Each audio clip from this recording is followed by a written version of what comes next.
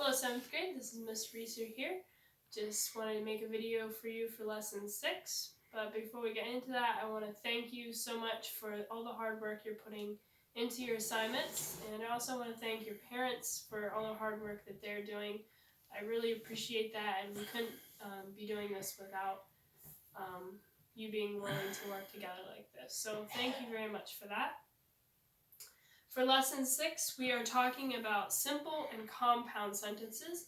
This is review, but it's still important review because later when we get into more about complex sentences, it'll be important to have a good foundation. So let's start with a simple sentence. A simple sentence is one independent clause. So it's kind of like a single person, all right? One independent clause taking care of themselves, even if it has a compound subject and verb, okay? A simple sentence will only have one subject-verb pair, even if the subject and verb are compound. And I'll show you what I mean. In the first sentence here, accidents and mistakes have created and improved many inventions. So I have two subjects, accidents and mistakes, and I have two verbs, have created and improved. I'm not very good at underlining here. So even though I have two subjects and two verbs, this is still a simple sentence because these two verbs pair with these two subjects pair with these two verbs. So we only have one subject-verb pair. And that's what makes this a simple sentence, okay? So a simple sentence is only one subject-verb pair, even if the subject or the verb might be compound.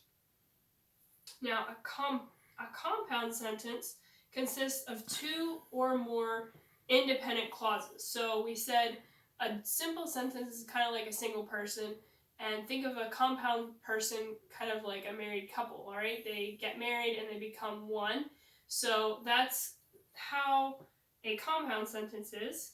They come together and become one sentence, but they have two subject-verb pairs, okay? So let's look at this sentence here. I read that book, but he has not, okay? So my subject in the first clause is I, and the verb is read. Okay, that's one subject-verb pair. Let's go on. He is another subject, and has is my verb. So that's my second subject-verb pair, okay? The subject I does not pair with has, all right? He pairs with has. So that's why this is a compound sentence. It has two subject-verb pairs, and that's what we call a compound sentence. And you also get to do diagramming, everybody's favorite, right? Everyone just loves to do diagramming. So reviewing how to diagram compound sentences,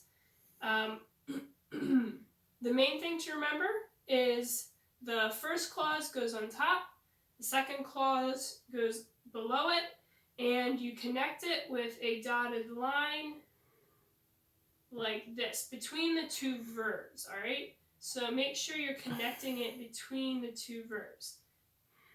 And the conjunction goes right there for you, okay? So have fun with your diagramming. And since this is lesson 6, we also have a new spelling list. So I would like to read over these just so that you can hear them. We unfortunately can't do the spelling together like we normally do, but I'll at least read over these for you so that you can hear them. So these are words about health and medicine, very timely to learn about some of these things. So I'll read over these.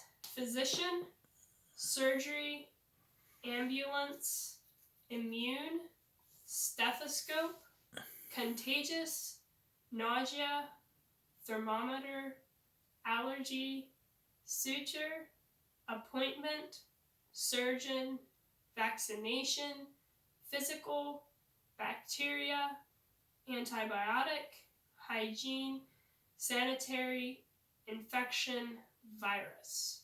So those are your new spelling words, and your assignment for today is lesson 6.